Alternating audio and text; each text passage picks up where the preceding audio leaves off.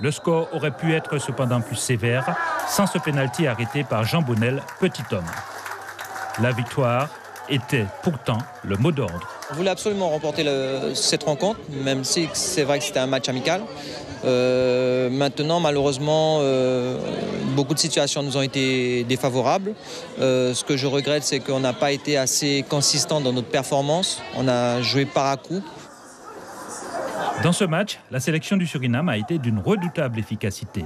En jouant sérieux mais sans avoir la main mise sur la partie, elle mène 3-0 à la mi-temps, 3 buts du même Ivenzo Comvalius. D'abord à la 31e minute, ensuite à la 39e et enfin à la 47e. Le 4e but est l'œuvre d'Alvaro Vervé. 4-0, le score est lourd, mais on peut se consoler en se disant que c'était le match à perdre, contrairement à celui du 7 septembre contre Anguilla, qui là va compter pour la Ligue des Nations de la CONCACAF. La leçon à tirer est que les Yanadoko ont besoin des joueurs qui évoluent dans les différents championnats nationaux, même si Thierry Denif ne dit pas les choses de cette manière.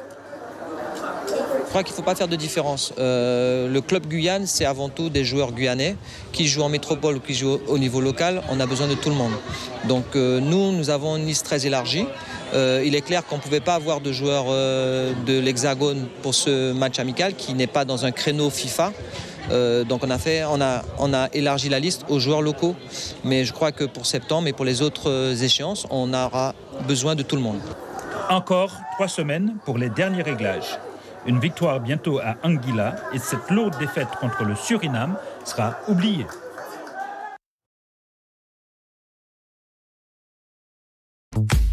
Suivez l'info sur Guyane la Première.